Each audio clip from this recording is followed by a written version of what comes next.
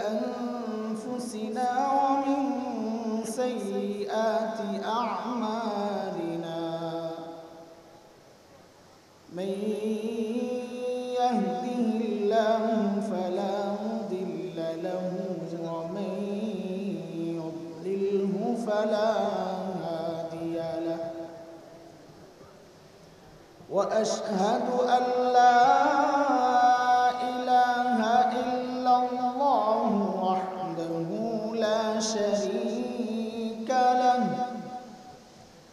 وأشهد أن سيدنا وسندنا وحبيبنا ومولانا محمدا عبده ورسوله اللهم صل على محمد وعلى آل محمد كما صليت على إبراهيم وعلى آل إبراهيم إنك حميد مجيد اللهم بارك على محمد وعلى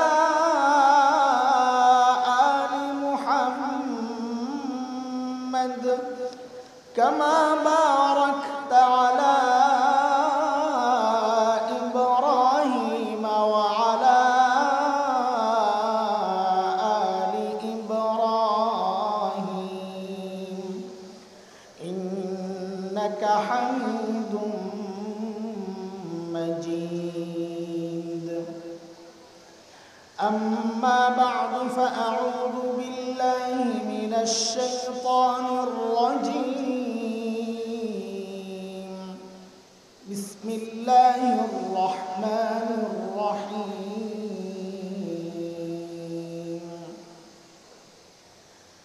يا أيها الذين آمنوا اتقوا الله ولتنظر نفس ما قدمت لغد واتقوا الله إن الله خبير بما تعملون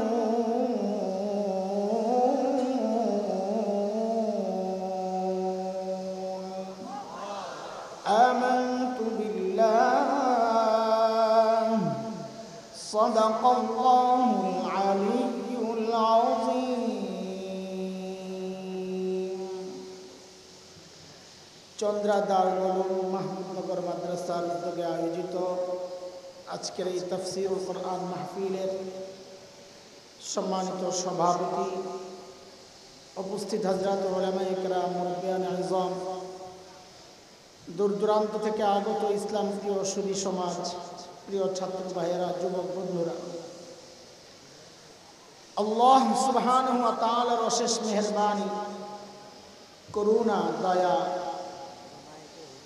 যে মহান মালিক লাখো কোটি মানুষ থেকে বাছাই করে দ্বীনি এই মজলিসে আমাকে আপনাকে একত্রিত করেছেন এটা মালিকের অনেক বড় দয়া আর করুণা কুরআন আল কারীমের মধ্যে আসছে মালিক বলেন দিন বুঝার জন্য দিন মানা এবং শেখার জন্য আমি যার দিলটা খুলে দেই যার বক্ষ উন্মুক্ত করে দেই দিন বুঝার মানসিকতা যাকে দান করি ওই বান্দা সারাক্ষণ আমার স্পেশাল নূরের আওতায় থাকে মালিক বলেন দুর্ভাগ্য তার জন্য যার দিল শক্ত দিন বুঝে না বুঝতেও চায় আল্লাহ বলেন এরা স্পষ্ট গুমরাহিতে নিমজ্জিত সূরা জুমার আয়াত নম্বর 22 রব্বে করিম বলেন আফামান শারাহাল্লাহু সাদরাহু লিল ইসলাম فهو على نور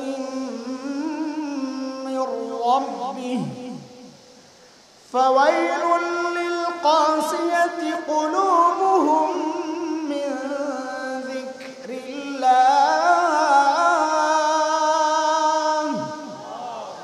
أولئك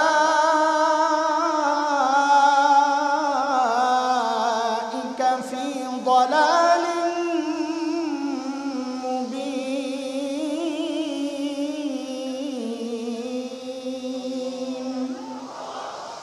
এই আয়াতের মধ্যে রব্বে কারীম এই কথাগুলো বলেছেন। মুহতারাম হাজিরিন, যে মহান মালিক এই নিয়ামতে আমাদেরকে ধন্য করলেন, ওই মালিকের শুকরিয়া আদায় করি, জবান খুলে প্রাণ খুলে কালিমাতু শুকর উচ্চারণ করি আলহামদুলিল্লাহ।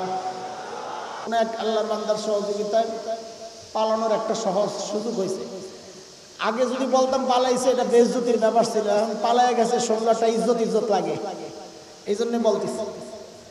আমি মক্কায় কুমিল্লায় মন্দিরে কোরআন শরীফ রাখা হলো। কোন আল্লাহর বান্দা আমার পুরাতন বয়ান আইনা ওই কুমিল্লার ছবি দিয়া মুসলমানের কোরআন কেন মন্দিরে জানতে চেয়ে হাসান জামিলের হুঙ্কার। আমি মক্কায়, এই কাম তো তোরা করস। আমাদের বিপদের অন্যতম কারণ হচ্ছে এই মিডিয়া। মন চায় সব তোদেরকে সরাইয়া দিতে, এটা আমার দিলের চাওয়া, মনের বিরুদ্ধে রাখছি, মনের বিরুদ্ধে। আল্লাহর রাস্তে বলি, সতর্ক হও ভাই, আমরা মরে যাই, তোমরা ব্যবসা করো। এক হুজুর বয়ান করছে, যে এলাকায় আল্লাহওয়ালা বুজুর্গের কবর থাকে ওই এলাকায় আল্লাহর রহমত আশেপাশের কবরওয়ালারাও কিছু পায়।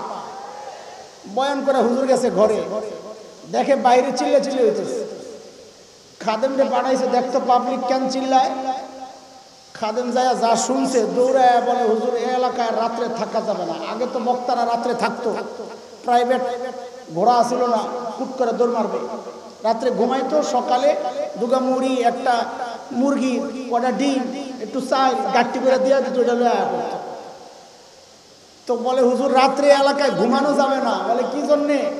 বলে ওয়াজ করছেন যে এলাকায় বুজুর্গের কবর থাকে আশেপাশের কবরওয়ালারাও আল্লাহর রহমত কিছু পায়।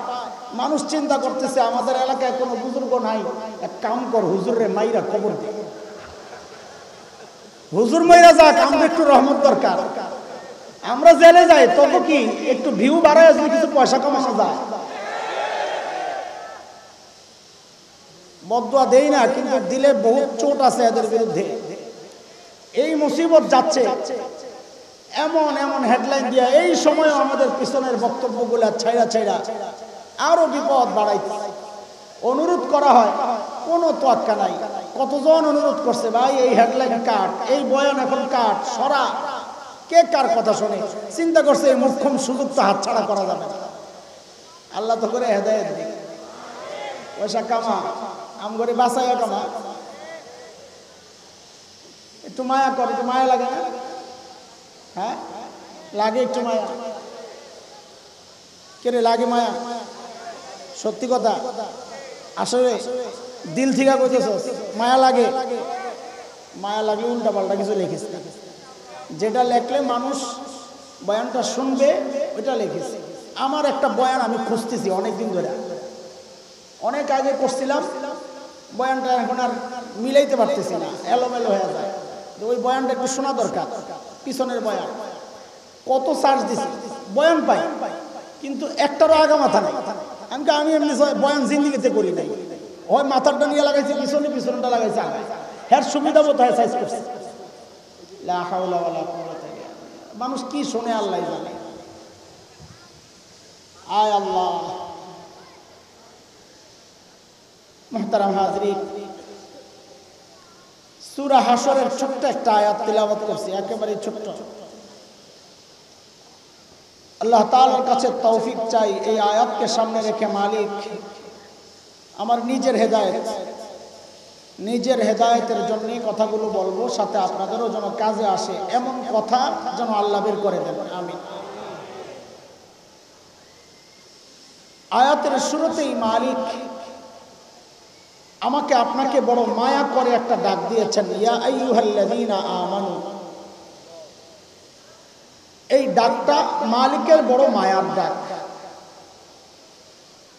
হযরত মুফতি শফি রহমতুল্লাহ আলাইহি বলেছেন, আল্লাহ কোরআনে মুমিনকে দুই ভাবে ডেকেছেন, ইয়া আইয়ুহান নাস, ইয়া আইয়ুহাল্লাযীনা আমানু।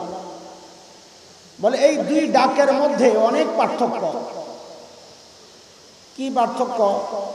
বলে আমরা আমাদের সন্তানদেরকে ডাকার ক্ষেত্রেও এই পার্থক্য করি। আমাদের সন্তানদেরকে ডাকার সময়ও আমরা দুই ভাবে ডাকি।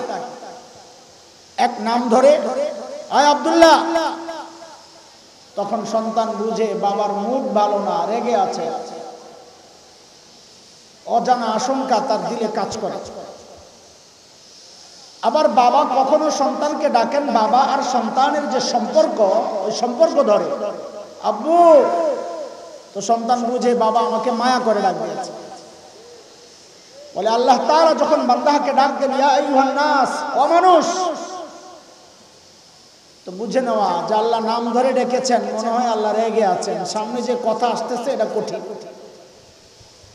আর যখন আল্লাহ বান্দা আর আল্লাহর সাথে যে সম্পর্ক, ঈমানের সম্পর্ক, ওই ঈমানের সম্পর্ক দিয়া যখন ডাক দিয়া বলেন, ইয়া আইয়ুহাল্লাযীনা আমানু, ও ঈমানদারেরা, তখন বুঝে নেওয়া যে আল্লাহ তাআলা আমাকে আপনাকে বড় মায়া করে ডাকছে। আমি যে আয়াত পড়েছি, এই আয়াতে আল্লাহ মায়া করে ডাক দিয়ে কি বলছেন? ইয়া আইয়ুহাল্লাযীনা আমানুত্তাকুল্লাহ ওয়ালতানজুর নাফসুম মা কদ্দামাত লিগাদিন ওয়াত্তাকুল্লাহ।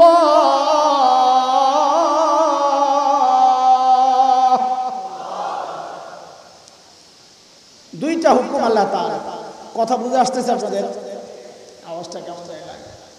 আমারই সমস্যা, মাইক ঠিক আছে? গত 2 দিন আগে ফরিদপুর ছিলাম সফরে, ওই বৃষ্টি পড়তেছিল, পাবলিকও ওঠে না, আমিও উঠি না, বাস বৃষ্টির মধ্যে ভিজা ভিজা বয়ান কইরা এসকো উঠছে ওই সময়। পরে তো এসকের নতিজা বাইরেছে, জ্বর উঠছে, ঠান্ডা লেগে গলা টলা নাক টাক সব বসা। এই জন্য কথা বলি একরকম, টান দেই একরকম, ইসলাইয়া স্লিপ কাইটা যায় আরেক দিকে। তা আপনাদের বুঝতে কষ্ট না হইলেই হয়, একটু মনোযোগ দিয়ে শুনেন ইনশাআল্লাহ। রাজি আছি ইনশাআল্লাহ? কথা অল্প, কিন্তু মনোযোগ দিয়ে শুনলে কিছু কথা বাইর হবে। পুরাটা মনোযোগ না থাকলে কিন্তু বড় ঝামেলা হবে। দেখেন কিসসা কাহিনী পুরা মনোযোগ দিয়ে শুনতে হয় না, যেখান থেকে শুনে ওখান থেকেই মজা লাগে। আমি তো ওটা পারুম না, আপনাদেরকে ওই সুখ আর শান্তি দিতে পারুম না। কিসসার ওই একটা গল্প শোনাই, তাইলে বুঝবেন ঘটনাটা। 2 দোস্ত বসছে বাদাম খাইছে, বাদাম। তা আমাদের এলাকায় এই সিস্টেম আছে, যেটা চালাক ওটা ওই ব্যাক কোল্ডারে কিসসা লাগায়, এই তোর দাদাই কেমনে মারা গেছে কত, তো যদি ব্যাক কল হয় হাসপাতাল থেকে শুরু করে, কবর টবর দিয়া উপরে উঠে দেয়, বাদাম শেষ হয়নি এমন। তো 2 দোস্ত, একজন কারি সাহেব, আরেকজন ইতিহাস জানা মানুষ, মুআররিখ, বসছেন বাদাম খাইতে। তো কারি সাহেব তো চালাক, মুআররিখরা কয়, তুই তো অনেক ইতিহাস জানোস রে, একটু হযরত ইউসুফ আলাইহিস সালাতু ওয়াস সালামের গল্পটা কত। কোরআনে বলছে আহসানুল কসাস, সবচাইতে চমৎকার গল্প, শোনা একটু শুনি। ঐতিহাসিক কয়, তুই আমারে ব্যাককল পাইছস না? হ্যাঁ, তো এই ইতিহাসও জানে যে বাদামের কিসসা, হ্যাঁ তো এই কিসসাও জানে, তো মুআররিখ ঐতিহাসিক। তো ঐতিহাসিক বলে, তুই হযরত ইউসুফ আলাইহিস সালামের কিসসা শুনবি? কাহা কত শোন। তো শোনায় ফার্সিতে। পীর বুত পাসারদাস গুমসুদ বাজিয়াফ, এক বুড়া ছিল, ওনার একটা ছেলে ছিল, হারায়া গেছিল, আবার ফেরত পাইছে। কিসসা শেষ। এইবার ঐতিহাসিক কয়, রেডি হও, পাল্টা হামলা। কয়, দোস্ত কারি সাহেব, কারি আব্দুল বাসিতের স্টাইলে সূরা ওয়াশ-শামসি ওয়া দুহাহা কতদিন শুনি না। আরে তোর মতো কেউ তেলাওয়াত করতেও পারে না, একটু শোনা না। কারি সাহেব কি আর কম চালাক? কারি সাহেব কয়, তুই যে ইতিহাস শোনাইছস আমারে, কেরা তো আবার পুরাটা শুনবি। তো শুরু করছে ওয়াশ-শামসি ওয়া দুহাহা। কি বলে? والشمس وضحاها दरमियान में बहुत कुछ हा वला यखाफु उक़बाहा والشمس وضحاها মাঝখানে অনেকগুলা হা ওয়ালা ইয়াখাফু উक़বাহা শোনায় দিচ্ছে অদস্ত বলার মাকসাদ হইল কিসসা শুনলে মাঝখানেটা না হইলো চলে আগাগোড়া মিলিয়ে দিলেই হয় কিন্তু একটা বিষয়ের আলোচনা শুনলে আগাগোড়া মাঝখানের সব বুঝতে হয় রাজি আছি ইনশাআল্লাহ ঘুম আসে নাই তো কে কে ঘুমাইছেন একটু হাত তোলেন তো দেখি আল্লাহু আকবার মাশাআল্লাহ দুই একজন আছে ঘুমাইছে হ্যাঁ এখনো হাত তুলতেছে হাত তুলে যখন ধরা খাইছে এমন করে না না ঘুমাই নাই চালাক আশা একটু মনোযোগ আনলাম একটু মাঝখানে গ্যাপ তৈরি হইলে মনোযোগ এদিক সেদিক দৌড়ায় আর আমার মতো পাবলিকে দেখলে আর মনোযোগ থাকবেই কইতে একটু খেয়াল করেন অল্প কথায় ছেড়ে দেবো ওই আসমান থেকে রহমত পড়তেছে আমার আবার জ্বর উঠবো ওষুধের পয়সা আপনারা দিবেন আয় আল্লাহ আল্লাহ তাআলা দুইটা হুকুম করেছেন একটা হলো ও ঈমানদারেরা আল্লাহকে ভয় করো এই বিষয়ে আমি কথা বলছি না দ্বিতীয় হুকুম হচ্ছে আল্লাহ তাআলা বলেন প্রত্যেকটা মানুষের উচিত তার আখিরাত নিয়ে চিন্তা করা আখিরাতের ফিকির করা যে আমার আখিরাতের পুঁজি কি আমি আমার মালিকের সামনে কি নিয়ে দাঁড়াবো যে আমি এগুলো নিয়ে আসছি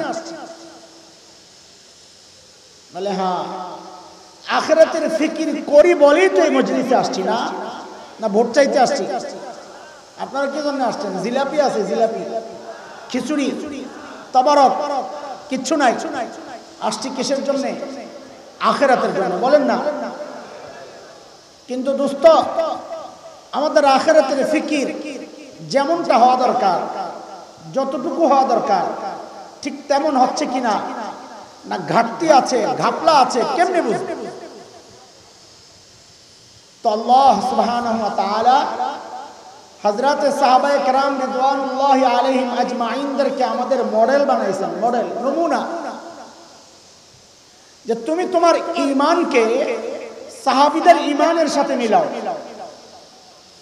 যদি মিলে যায় তো তোমার ঈমান ঠিক আছে আর যদি না মিলে ঈমানে ভেজাল আছে ঠিক করে নাও কার কথা বলেন কি কথা আমি একলাই বলি না আপনারা বলবেন না তো বলেন কথা বলেন কার কথা মালিক বলতেছেন فإن آمنوا بمثل ما آمنتم به فقد اهتدوا وإن تولوا فإنما هم في شقاق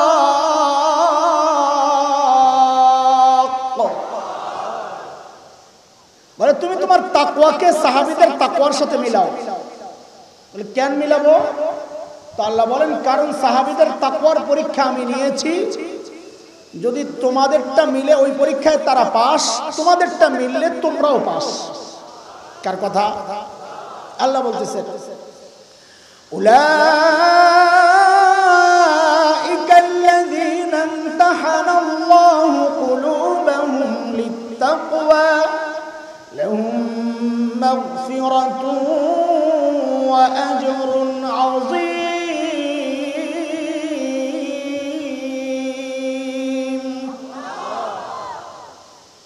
আল্লাহ যদি মিলা যায় কি দিবেন আমগরে যদি সাহাবীদের সাথে মিলে কি দিবেন তো আল্লাহ তাআলা সূরা তাওবার মধ্যে বিস্তারিত বলতেছেন যে যদি মিলে যায় তো সাহাবীদের উপর আমি রাজি ছিলাম তারা যেমন আমার উপর রাজি ছিল তোমাদেরটা যদি মিলে তো তোমাদের উপর আমি রাজি থাকবো এবং তাদের জন্য যেমন জান্নাত আমি রাখছি ও বান্দা তোমাদের জন্যও আমি জান্নাত তৈরি করে রাখবো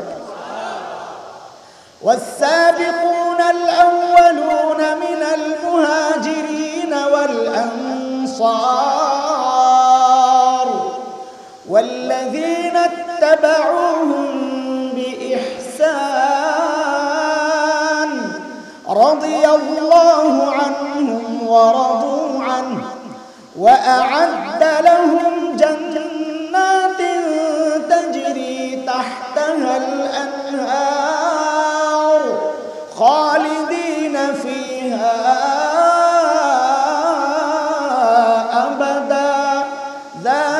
যালিকাল ফাউজুল আযীম।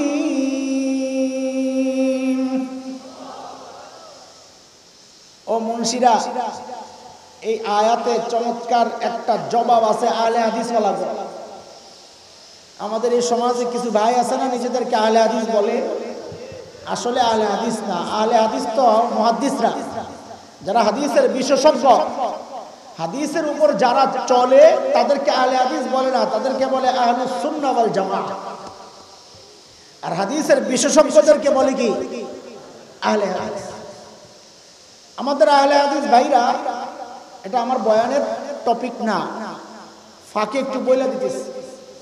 মাকসাদ তো বোয়াল মাছই ধরবে, কিন্তু যখন বোয়াল মাছ ধরার মাকসাদে কেউ পুকুরে নদীতে নামে, পায়ের তলে টাকি টুকি বইসে টুইসে পড়লে কি ছেড়ে দেয়? ওটিরও লগে লয় না, এইটি আমার টাকি বইসে আর কি, আসল কথা সামনে।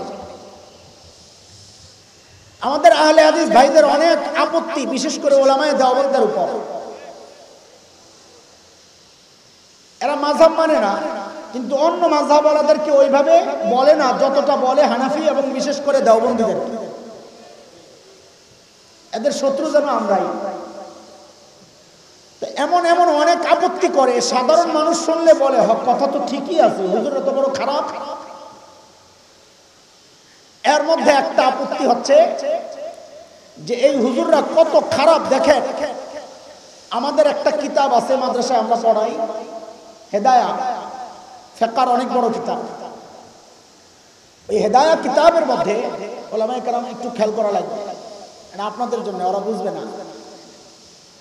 হেদায়া কিতাবের মধ্যে ইমামে আবু হানিফা রাহমাতুল্লাহি আলাইহির নামের পাশে কোথাও কোথাও লেখা আছে রাদিয়াল্লাহু আনহু।